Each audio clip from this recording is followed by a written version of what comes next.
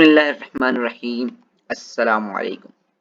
University of Karachi KU entry test pass paper 2023 mathematics subject. तो हमारे पास पहले MCQs है। For any complex number a it is always true that mod a is equal to, और हमारे पास चार ऑप्शन है, mod a bar, b option हमारे पास है minus a mod, minus a bar mod, और डी ऑप्शन हमारे पास ऑल आर करेक्ट। सही है। अच्छा, अब यहाँ पे हमारे पास कॉम्प्लेक्स नंबर ए, कोई भी कॉम्प्लेक्स नंबर हो, जैसे मिसाल को अगर ए कॉम्प्लेक्स नंबर है तो वो हमारे पास बराबर होगा एक्स प्लस आयोटा वाई के। ठीक हो गया। अच्छा, अब यहाँ पे मॉड ए लगा दिया तो इसका मतलब क्या है कि भाई मॉड का फॉर्मूला लग जाएगा। वो क्या होगा कि ए और अंडर रूट लगा के हमारे पास ब्रैकेट के अंदर क्या आ जाएगा, एक्स स्क्वायर और प्लस का वाई स्क्वायर। ठीक हो गया। अब ये देखिए यहाँ पे हमारे पास जो है ए के ऊपर मॉड लग जाए, सही है, और अगर माइनस भी आ जाए तो भी क्या होगा, मॉड क्या करता है, अगर माइनस साइन आ जाए तो उसको माइनस को हटा के पॉजिटिव ले आता है, यानी कि दोबारा से हमारे पास क्या आ जाएगा, ए वापस आ जाएगा। यहाँ पर भी ए बार के ऊपर भी, ए बार का भी मतलब क्या होता है कि डिस्टेंस होता है हमारे पास। तो यानी कि ये ऑप्शन भी करेक्ट है, ये ऑप्शन भी करेक्ट है और ये ऑप्शन भी करेक्ट है। तो इसका आंसर हमारे पास क्या होगा, ऑल आर करेक्ट।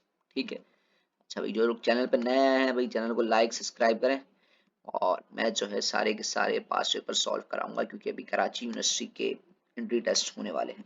चलते हैं नेक्स्ट की तरफ। नेक्स्ट हमारे पास है कि if a is a subset of b and b is a subset of a then which is true. हमारे पास ऑप्शन है कि ए बराबर होगा बी के, या फिर ए बी के बराबर नहीं होगा, इंटरसेक्शन बी जीरो के बराबर होगा। तो अगर मिसाल के तौर पे कोई भी एक सेट है, सही है, ए जो है सबसेट है बी का, और एक बात बोल दी कि बी भी सबसेट है ए का, इसका मतलब क्या हुआ, ए और बी दोनों के एलिमेंट सेम है, जब तो ए बी का सबसेट है और बी ए का सबसेट है, तो इसलिए हमारे पास क्या होगा, ए ऑप्शन करेक्ट हो गया। अब इससे आपको ये अंदाजा होता रहेगा कि भाई कराची यूनिवर्सिटी के मैथमेटिक्स का जो पोर्शन होता है उसके अंदर किस तरीके के एमसीक्यूज आते हैं। सही, अब आगे चलते हैं। अगला हमारे पास है कि भाई rectangular era of number enclosed bye a pair of brackets is called. सही, और ऑप्शन हमारे पास है कि भाई एक मिसाल के तौर पे कोई भी रेक्टेंगुलर किस्म का बॉक्स है, अब मैं जब बनाऊंगा आपको बनाते समझ में आ जाएगा। सही है, तो उसे हम क्या कहते हैं, पेयर ऑफ ब्रैकेट्स, जिसके अंदर हमारे पास रो नहीं कहते, कॉलम नहीं कहते, ना ही डिटरमिनेंट कहते हैं, उसको हम कहते हैं मैट्रिक्स। सही है, चलते हैं नेक्स्ट की तरफ। अच्छा जी, एक हमारे पास है the equation a x square plus b x plus c equal to zero, जो कि हम छोटे होते से पढ़ते हुए आ रहे हैं, क्वाड्रेटिक इक्वेशन। इफ ये इक्वेशन कब क्वाड्रेटिक होगी ये पूछा हुआ, होप काफी लोगों को पता होगा ये। ऑप्शन हमारे पास है कि भाई A is equal to zero और B is not equal to zero, और बी ऑप्शन हमारे पास है A is not equal to zero, और सी ऑप्शन हमारे पास है बी और ए दोनों जीरो के बराबर है, और डी ऑप्शन हमारे पास है कि एनी रियल नंबर। सही है। तो अब मैं यहाँ पे इसका फॉर्मूला लिख देता हूँ, जैसे ही फॉर्मूला लिखूंगा इंशाल्लाह ताला आपको समझ में आ जाएगा इसका। देखिए फॉर्मूला क्या होता था, माइनस का बी प्लस माइनस, अच्छा सॉरी इसको थोड़ा सही से लिख देता हूँ मैं। फॉर्मूला लिखते ही आपको समझ में आ जाएगा कि भाई ये किसके बराबर, इसका करेक्ट आंसर क्या है, plus minus under root b square minus का 4ac डिवाइडेड बाय 2a। सही है। अब देखें हमारा जो पूरा का पूरा फोकस होता है ना, वो नीचे जो हमारी डिनोमिनेटर वाली वैल्यू होती है वो होती है, क्योंकि अगर नीचे जीरो आ गया इसका मतलब है वो वैल्यू इन्फिनिटी की तरफ चली जाएगी या फिर अनडिफाइन हो जाएगी। सही है।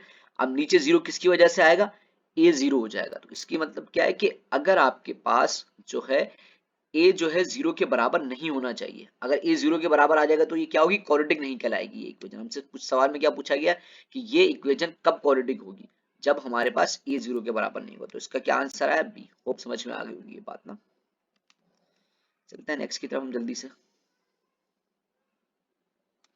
अच्छा जी, नेक्स्ट हमारे पास है कि if any equation is true for all values of variable then it is. सही है। तो ये थोड़ा थ्योरिकली सब्जेक्ट है, तो ये आपको याद रखना पड़ेगा भाई इक्वेशन जो है हर वेरिएबल के लिए जब ट्रू होगी जब वो आइडेंटिटी शो कराएगी। आइडेंटिटी का क्या मतलब होता है कि आपके पास जो है मिसाल के तौर पे एक्स के अंदर कोई भी सेट का वेरिएबल प्लस माइनस होकर दोबारा से एक्स के सेट का कोई वैल्यू आ जाए तो आपके पास आइडेंटिटी होती है। सही है। इसकी डिटेल वीडियोस जो हैं वो भी मैं बनाऊंगा, तो उसमें आप देख लीजिएगा, लेकिन बाकी थोड़ा सा भी थ्योरिकली याद कर लें इसको। अच्छा, उसके बाद हमारे पास क्या है, arithmetic mean between under root two and 3 under root two. सही। अब अर्थमेटिक मीन क्या होता है, अब उसका फॉर्मूला होता है कि ये पहली वैल्यू है, ये दूसरी वैल्यू है ना, तो दोनों वैल्यूज को ऐड करके यानी कि a प्लस बी दोनों को ऐड करके इसको 2 से डिवाइड करवा दो तो आपके पास आंसर आएगा। ऑप्शन हमारे पास कुछ यूं मौजूद है।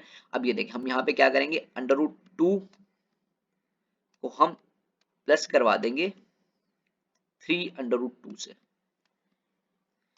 और डिवाइड बाय 2 हो जाएगा। सही। अब ये देखें ये 2 अंडर रूट 2 और ये 3 अंडर रूट 2 जब ये दोनों ऐड होंगे तो आपके पास आ जाएगा, ये देखें यहाँ पे 1 है, यहाँ पे 3 है, 1 और 3 कितना हो जाएंगे 4, 4 अंडर रूट 2 अपॉन 2।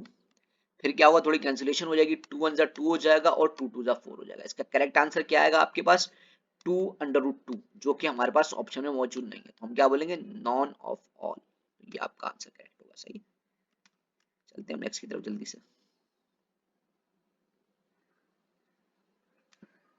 अच्छा जी, हमारे पास एक और आ गया 7 के 5% can be seated at a round table in ways, मतलब कि 5 लोग जो हैं एक सीट के ऊपर, इस मतलब के 5 लोग जो हैं, एक राउंड टेबल है उसके ऊपर 5 सीट्स है ना, उसमें किस तरीके से बैठ सकते हैं, कितने तरीकों से। सही। और हमारे पास ये ऑप्शन है, तो उसका एक फॉर्मूला होता है, ये याद रख लीजिएगा क्योंकि ये अक्सर आता रहता है। आप केयू का टेस्ट देने जाएं या फिर आप जो है कोई और एक्सेट्रा टेस्ट देने जाएं, उसके अंदर भी इस तरह के सवाल आते रहते हैं। तो n माइनस वन का फैक्टोरियल, n यहाँ पे मेरे पास क्या है, नंबर ऑफ पर्सन, वो क्या 5 है, तो हम यहाँ पे क्या कर देंगे 5 माइनस 1 का फैक्टोरियल। ठीक हो गया। तो ये मेरे पास क्या आ जाएगा 5 माइनस 1 4, 4 का फैक्टोरियल हो जाएगा ना। तो 4 का फैक्टोरियल किसके बराबर होता है, कैलकुलेटर अलाउ होगा तो कैलकुलेटर में डायरेक्ट 4 फैक्टोरियल लिख सकते हैं, नहीं तो 4 फैक्टोरियल बराबर होता है 4 multiply by 3 multiply by 2 and multiply by 1। तो हमारे पास यहाँ पे 4 3 से 12 हो जाएगा, 12 2 जा 24 और 24 वन साइड 24 होगा, तो हमारे पास बी ऑप्शन इसका करेक्ट हो गया। सही। यहाँ पे 9 समझ में आ गई होगी। चलते हैं जल्दी से आगे। अच्छा जी, 8 हमारे पास है 16 डिग्री और 30 के ऊपर बार लगा हुआ है इज इक्वल टू, ये किसके बराबर होगा। सही। तो सबसे पहले समझ लें ये लिखा हुआ किस तरीके से, इस तरीके से लिखा हुआ है 16 डिग्री है ये, और 30 के ऊपर बार का मतलब क्या है 30 मिनट्स, 30 मिनट्स है। तो अब यहाँ पे हमें मिनट्स को कन्वर्ट करने के लिए क्या कराना पड़ेगा, 60 होते हैं ना, मतलब कि 1 मिनट के अंदर 60 सेकंड्स होते हैं, तो हम क्या करेंगे जो 30 लिखा हुआ होगा इसको हम डिवाइड करा देंगे 60 से। जब हम 30 को 60 से डिवाइड कराएंगे तो ये क्या हो जाएगा मेरे पास 1/2 इसका आंसर आएगा, यानी कि 0.5 ना। इसका मतलब क्या होगा, अब हमारे पास 16 को जो है हम ऐड करवा देंगे 0.5। सही। अब ये भाई सेम टू सेम इस तरीके का तो पेपर में नहीं आ सकता, आपके एंट्री टेस्ट में अलग भी आ सकता है, लेकिन अगर इस तरीके का है 16 के साथ कोई भी नंबर लिखा हो, 40 लिखा हो, 15 लिखा हो, कुछ भी लिखा हो, तो आपको इस तरीके से सॉल्व करेंगे। 16 डिग्री होगा, सही है, 30 मिनट्स दिए होंगे, जिसके ऊपर बार लगा होगा ना वो मिनट्स होंगे आपके पास। आप उसको 60 से डिवाइड कराओगे, अगर 50 भी लिखा होगा तो उसको भी 60 से डिवाइड कराओगे, 15 लिखा होगा, यानी कि कुछ भी एक्सेट्रा कुछ भी लिखा होगा आप उसको 60 से डिवाइड कराओगे, जो आंसर आएगा उसको इस डिग्री के अंदर ऐड करा दो। अब 16 के अंदर 0.5 को ऐड कराएंगे तो आपको आंसर मिलेगा 16.5 डिग्री, तो ये आंसर आपका करेक्ट है। ठीक हो गया, समझ आ गया होगा। जल्दी से आगे चलते हैं। और अच्छा जी, नेक्स्ट हमारे पास है कि द स्टेटमेंट 4 की पावर n ग्रेटर है 3n plus 4 is true when, बोले कि कब बराबर होगी, मतलब कि ये वैल्यू आपकी कब एग्जिस्ट करेगी, जब आपके पास n 0 होगा, n 1 होगा, या फिर n 2 होगा, या फिर n कोई पॉजिटिव इंटीजर होगा। तो देखें भाई, सबसे पहले अगर आप n इसके अंदर 0 रखेंगे, n 0 किसी भी नंबर की या किसी वेरिएबल की पावर 0 तो वो 1 के बराबर होगी, तो यहाँ पे तो 1 आ जाएगा। सही है। और यहाँ पे जब 3 की पावर n जब मैं 0 रखूंगा तो भी 3 की जगह पे 1 आ जाएगा प्लस 4, तो 1 और 4 5 हो जाएंगे। 1 जो है यहाँ पे फिर स्टेटमेंट हमारी क्या बन जाएगी, 1 बड़ा है 5 से, तो ये तो रॉन्ग स्टेटमेंट हो गई ना। फिर जब हम 1 रखेंगे, मैं आपको ना डिटेल में समझा देता हूँ, अगर हम 1 रखेंगे इनकी जगह पे तो क्या होगा, 4 की पावर 1 जो है वो 4 की बराबर होती है, 3 की पावर 1 यानी कि वो भी किसके बराबर होगी, 3 के ही बराबर होगी, उसके बाद फिर प्लस 4। तो ये देखें, ये इनको जब मैं ऐड करूंगा तो कितना हो जाएगा, 4 बड़ा है किससे 7 से, तो ये स्टेटमेंट भी रॉन्ग हो गई, तो यानी कि मेरा ए ऑप्शन भी नहीं है ठीक, बी ऑप्शन भी नहीं ठीक। अब सी ऑप्शन देख लेते हैं। सी ऑप्शन कह रहा है कि एन जो है या तो 2 के बराबर है या 2 से बड़ा है एन। देखिए यहाँ पे ग्रेटर देन इक्वल टू का साइन लिखा हुआ है। अब एन की जगह पे मैं 2 ले लेता हूँ, इसका मतलब क्या हो गया कि 4 का स्क्वायर बड़ा है किससे, 3 का स्क्वायर प्लस 4। सही है। अब यहाँ पे 4 का स्क्वायर हमें पता है 16 होता है, और 3 का स्क्वायर 9 होता है, 9 प्लस 4 कितना हो जाएगा हमारे पास 13 हो जाएगा। तो अब ये देखिए ये स्टेटमेंट करेक्ट हो गई, तो इसलिए हमारा ऑप्शन सी करेक्ट है। ठीक है। कंफ्यूज होने की जरूरत नहीं है। एंट्री टेस्ट के अंदर सवाल को सॉल्व करना बिल्कुल बेसिक तरीके से सॉल्व होगा, बिल्कुल वही जो काम आप फर्स्ट या सेकंड के अंदर पढ़ के आए हैं वही काम इसके अंदर अप्लाई होगा। सही है, चलते हैं नेक्स्ट की तरफ। नेक्स्ट हमारे पास यहाँ पे आ गया cos pi by 2 minus p is equal to. सही, ये भी सॉल्व होगा डायरेक्ट, जिस तरीके से आपने फर्स्ट ईयर के अंदर आई थिंक ट्रिग्नोमेट्री के अंदर आपने एक फॉर्मूला पढ़ा होगा कि हमारे पास जो है cos अल्फा माइनस बीटा किसके बराबर होता था आपके पास, cos अल्फा cos बीटा, यहाँ जगह मौजूद नहीं, मैं इसके बाद का नीचे लिख देता हूँ, उसके प्लस लगता था फिर और आ जाता था आपके पास साइन अल्फा साइन बीटा के बराबर आ जाता था। ठीक हो गया। अच्छा जी, अब आपने यहाँ पे वैल्यूज पुट करानी। अल्फा की जगह पे क्या है, यहाँ पे अल्फा की जगह पे क्या है पाई बाय 2, सही है, और बीटा की जगह पे तो बीटा ही लिखा हुआ है। अब मेरे पास जो cos पाई बाय 2 है ना, cos पाई बाय 2 का क्या मतलब है 90 डिग्री। 90 डिग्री किस तरीके से देखना है, यहाँ पे पाई बाय 2 लिखा हुआ है ना, रेडियन को डिग्री में कन्वर्ट करना है, सबको पता होगा कि 180 से मल्टीप्लाई कराते हैं और पाई से डिवाइड करा देते हैं। तो इस पाई से ये पाई कैंसिल हो जाएगा और 2 को जब 180 से डिवाइड करेंगे तो 90 डिग्री। मैं जल्दी से करा देता हूँ। cos 90 मेरे पास किसके बराबर होता है, 0 के बराबर। तो यहाँ पे क्या इसकी जगह पे 0 आ जाएगा और 0 जब cos बीटा से मल्टीप्लाई होगा तो वो 0 हो जाएगा, यानी कि पहली पूरी की पूरी टर्म हमारे पास क्या हो जाएगी, 0 हो जाएगी। पहली पूरी की पूरी टर्म हमारे पास 0 हो जाएगी। सही है, उसके बाद फिर प्लस लगाएंगे साइन अल्फा यानी कि sine pi by 2, sine pi by 2 यानी कि साइन 90, साइन 90 बराबर होता है 1 के, और हमारे पास साइन बीटा वैसा का वैसा आ जाएगा। तो जब साइन बीटा 1 से मल्टीप्लाई होगा तो साइन बीटा ही आएगा और 0 को ऐड करने से कुछ भी नहीं होता, तो इसका करेक्ट आंसर हमारे पास क्या हो गया, साइन बीटा हो गया। होप समझ में आ गया होगा ये भी। चलते हैं जल्दी से आगे। भाई जो लोग नए आए हुए हैं, मतलब कि मेरी पहली वीडियो ये पास पेपर्स की ना, तो चैनल को लाइक सब्सक्राइब कर दें और कमेंट करके बताएं कि समझ आ रहा है या नहीं आ रहा। तो मैं नेक्स्ट की भी जिस तरीके से मिसाल के तौर पे 2023 है ये, इसके केमिस्ट्री फिजिक्स भी सॉल्व कराऊंगा, उसके बाद जो है मैं 2022 2021 के भी इंशाल्लाह ताला सॉल्व कराऊंगा आगे।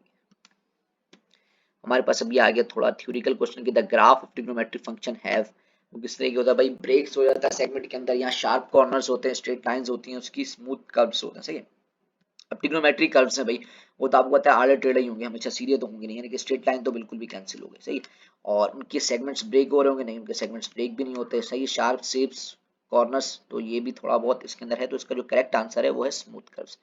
वही जो थ्योरिकल होते हैं उसका थोड़ा बहुत रट्टा मारना पड़ता है मैथ्स के अंदर। सही, चलते हैं बात।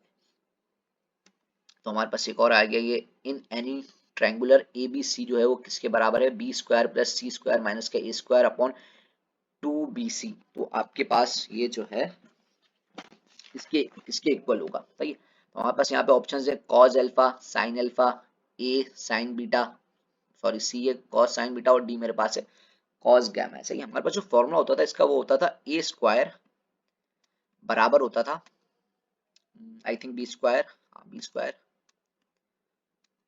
प्लस सी स्क्वायर माइनस का 2bc कॉस अल्फा। सही है, ये 3-4 फॉर्मूलाज से आप लोगों ने फर्स्ट ईयर के अंदर पढ़े ट्रिग्नोमेट्री के अंदर। तो इससे देखें अब यहाँ पे हमारे पास सारी की सारी वैल्यूज अरेंज होकर यहाँ पे लिखी हुई है, तो यहाँ पे क्या बच रहा है आपके पास, सिर्फ कॉस अल्फा बच रहा है, तो इसका करेक्ट आंसर क्या हो गया, कॉस अल्फा हो गया। ठीक है, तो भाई एंट्री टेस्ट के लिए आपको सारे के सारे फॉर्मूलाज भी जहन में रखने पड़ेंगे। जल्दी से आगे चलते हैं। अब देखिए यहाँ पे आ गया if y is two sin x then the domain is. Domain हमारे पास क्या होती है, आपने पढ़ा होगा फंक्शंस के अंदर कि हमारे पास जो डोमेन होती है वो होती है इनपुट वैल्यू, कि आप x की जगह पे कौन कौन सी वैल्यूज पुट करा सकते हैं। लेकिन मैं जब पास पेपर देख रहा था तो उसके अंदर भाई इसमें से कोई भी ऑप्शन करेक्ट नहीं है, जबकि डोमेन जो है ना, हम साइन की जगह पे कोई भी वैल्यू पुट करा सकते हैं, बस ये का उसका आंसर इनफाइनाइट ना है। तो यानी कि इसकी डोमेन जो बन रही थी मेरे पास वो थी माइनस इंफिनिटी से प्लस इंफिनिटी तक, जबकि ये कोई भी ऑप्शन यहाँ पे है ही नहीं, तो हम इसके करीब करीब option B option correct select कर लेते हैं। सही, आगे चलते हैं। अब यहाँ पे आ गया solution sin x is to 1/2, कि भाई sin x का आंसर जो है ना वो 1/2 आना चाहिए। इन आपके पास क्या है, जो डोमेन दी हुई है वो दी हुई है 0 से पाई तक, यानी कि 0 से पाई के दरमियान जो भी नंबर आ रहे हो ना वो आप x की जगह पे पुट कराओ, लेकिन आपका आंसर 1/2 आना चाहिए। देखिए अब यहाँ मेरे पास लिखा है π/3 π/4 π/6 5 π/6 और यहाँ पे -π/6। आपने करना सिर्फ सिंपल सा काम ये कि साइन की जगह पे जब आप π/3 पुट कराएंगे ना तो आपको कोई ना कोई आंसर मिलेगा, वो 1/2 नहीं होगा। सही, क्योंकि मैं करके देख चुका हूँ, जब भी आपको बता रहा हूँ। π/4 पुट कराएंगे जब भी आंसर 1/2 नहीं आएगा, पाई बाय 6 पुट कराएंगे तब भी 1/2 आएगा, और 5 पाई बाय 6 कराएंगे तब भी 1/2 आएगा, इसलिए आपका ऑप्शन नंबर 6 करेक्ट है। सही है, समझ में आ गया भाई, चलते हैं आगे। अच्छा जी, नेक्स्ट हमारे पास है tangent inverse pi by tangent inverse √3। सही है, और इसके ऑप्शन हमारे पास कुछ यूं दिए होते हैं। अब देखिए हमारे पास जो है ना कुछ यूं लिखा हुआ होता है टेंजेंट थीटा, और मिसाल के तौर पे वो बराबर है आपके पास √3 के। सही है, इस टेंजेंट को मैं उधर भेजूंगा तो वो किसके बराबर हो जाएगा, टेंजेंट इनवर्स के बराबर हो जाएगा ना आपके पास, टेंजेंट इनवर्स √3। तो अब हमने जो है ना इसमें से सेलेक्ट करना है कि भाई हमारे पास जो है कौन सा ऑप्शन जो है इसमें से करेक्ट होना चाहिए। सबसे पहले तो भाई अगर कैलकुलेटर साइंटिफिक अलाउ होगा तो टेंजेंट इनवर्स √3 पुट करेंगे तो डायरेक्ट आपको आंसर दे देगा। अदरवाइज आप इस तरीके से भी देख सकते हैं कि भाई टेंजेंट इनवर्स 3 किसके बराबर होता है। तो आपने क्या करना है, ये सारी की सारी वैल्यूज रख के देखनी है थीटा की जगह पे। टेंजेंट आप सबसे पहले पाई बाय 6 रखेंगे, अगर √3 आ रहा है तो सही होगा आपके पास, बी रख के देखेंगे और अगर √3 आ रहा है तो ठीक है। तो मैंने ये सब कुछ ट्राई करके देखा तो इसके अंदर से हमारे पास डी यानी कि पाई बाय 3 रखने के ऊपर ये सिचुएशन सेटिस्फाई हो रही थी। सही, आगे चलते हैं। अच्छा, हमारे पास है in any triangular ABC with usual notation R small r यानी कि रेडियस, फिर आर कैपिटल, फिर R1। जब भी कभी ये इस तरीके से लिखा हुआ है तो आपका जो आंसर करेक्ट होता है वो होता है 1:2:3। सही है, ये आपको याद रखने की बात है, अक्सर आया हुआ ये। अच्छा जी, अब उसके बाद हमारे पास यहाँ पे आ गया 1 minus cos alpha upon sine alpha, ये किसके बराबर है ये आपको बताना है इसके अंदर। सही, इसका भी मैं सोल्यूशन आप लोगों को करवा देता हूँ। हमारे पास जो है 1 माइनस कॉस एल्फा जो है ना वो बराबर होता है किसके, फॉर्मूलाज आपको याद रखने पड़ेंगे। वो बराबर होता है 2 sine square 2 sine square alpha upon 2 के। ठीक है, ये ऊपर वाली टर्म इसके बराबर होती है, और फिर जो नीचे वाली टर्म है यानी कि साइन एल्फा बराबर होता है आपके पास 2 साइन एल्फा अपॉन 2 और cause alpha upon 2, cause alpha upon 2। तो ये फॉर्मूलाज आपको भाई याद रखने पड़ेंगे क्योंकि ट्रिग्नोमेट्री जो है काफी आ रही है इंट्री टेस्ट के अंदर। तो आपने जो है ट्रिग्नोमेट्री के ऊपर थोड़ा बहुत फोकस रखना है, उससे भाई आपके 5 से 6 मार्क्स पक्के हो रहे हैं इसके अंदर ना। आप देखिए भाई 2 से 2 कैंसिल, ऊपर जो है स्क्वायर में था साइन, नीचे 1 थी पावर तो ये एक पावर चली गई, हमारे पास बचा गया सिर्फ और सिर्फ ऊपर बच गया हमारे पास साइन एल्फा अपॉन 2 और नीचे हमारे पास बच गया कॉज एल्फा अपॉन 2। अब हमें पता भाई साइन अपॉन कॉज किसके बराबर होता है, टेंजेंट के, तो हमारे पास ये ऑप्शन ए करेक्ट हो गया, टेंजेंट अल्फा अपॉन 2 का। ठीक हो गया, जल्दी से आगे चलते हैं। नेक्स्ट हमारे पास है सेक थीटा कॉस थीटा, सो कोसेक थीटा साइन थीटा और कॉस थीटा। सही है, इससे आपको घबराने की जरूरत नहीं, सिंपल सॉल्यूशन करना है इसका। देखें भाई सेक थीटा जो है हमें पता है वो किसके बराबर होता है आपके पास 1 अपॉन कॉस के बराबर होता है, तो उसकी जगह पे मैंने 1 अपॉन कॉस लिख दिया।